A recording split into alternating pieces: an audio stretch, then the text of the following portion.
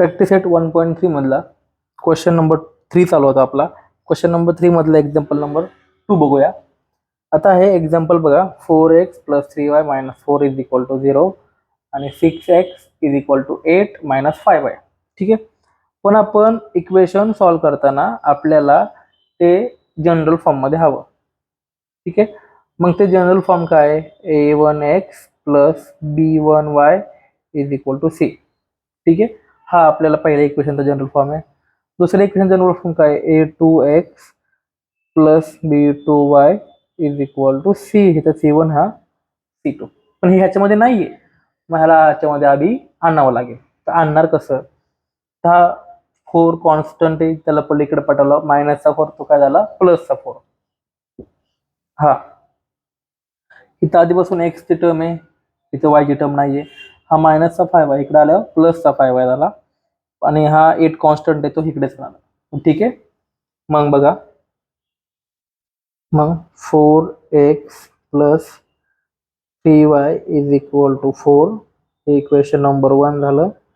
आणि 6x हा -5 इकडे आल्यावर +5y = 8 हे झालं इक्वेशन नंबर 2. मग आता लेट्स सेम मग असतं compare equation 1 and 2 with a1x + b1y = c1 and a2x + b2y = c2. मग आपल्याला ह्याच्यावरनं आपल्याला a1, a2, b1, b2 ची व्हॅल्यू मिळते. मग मला सांगा a1 ची व्हॅल्यू काय आली? 4, b1 ची 3 आणि c1 ची परत 4. सेम a2 ची काय आली मग? 6, b2 ची 5 आणि c2 ची 8. ठीक आहे. मग आता आपण काय करतो? आपली ट्रिक 12, 32, 13 ही ट्रिक यूज करून सॉल्व्ह करायचं. डी ची काढायचं. डी काढायला काय करतो आपण? 12. आता मी 12 लिहित नाही. 12 म्हणजे a1, a2, b1, b2.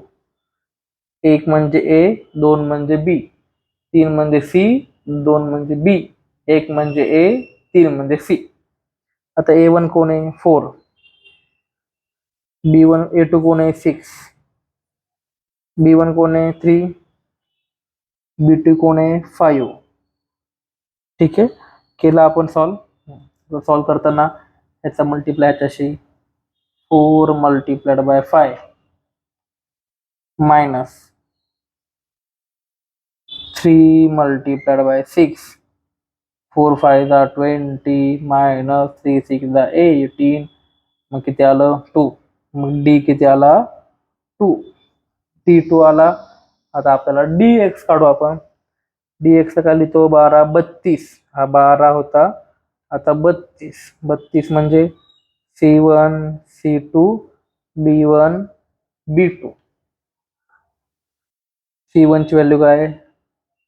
4 आणि c2 ची 8, b1 ची 3, b2 ची 5.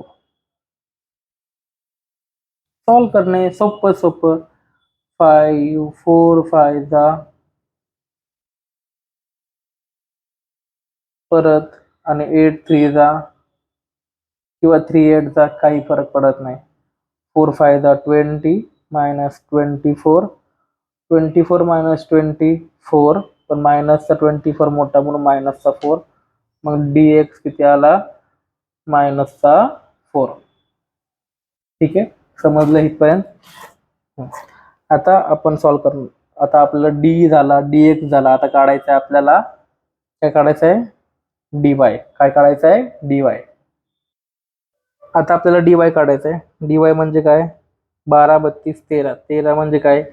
a1 a2 c1 c2.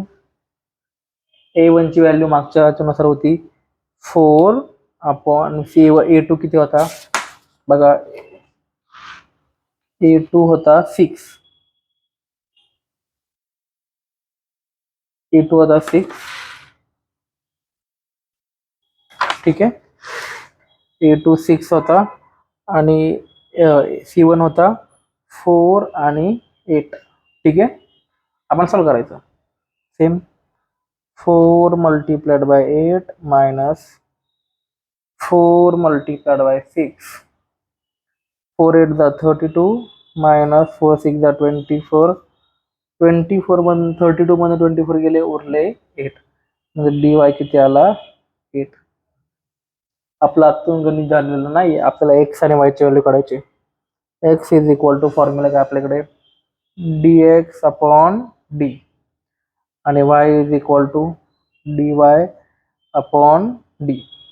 तर dx ची व्हॅल्यू काय आली आपली मागे, dx ची व्हॅल्यू काय आली आपली मागे, इकडे बघा, dx ची व्हॅल्यू आली -4 आणि d ची आली 2.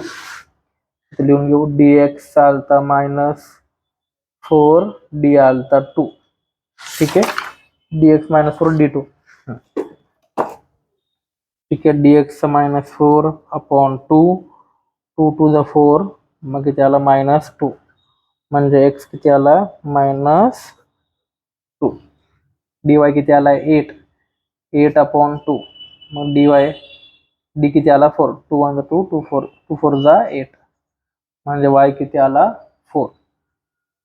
समजलं. मग